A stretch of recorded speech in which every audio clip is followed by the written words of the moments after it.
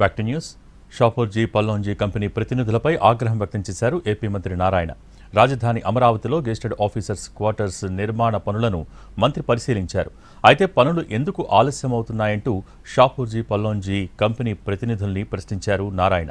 పని చేయలేకపోతే వెళ్లిపోవాలంటూ అసహనం వ్యక్తం చేశారు. కన్స్ట్రక్షన్ కంపెనీకి చెందిన 2 ప్రతినిధుల పనితీరును నిలదీశారు.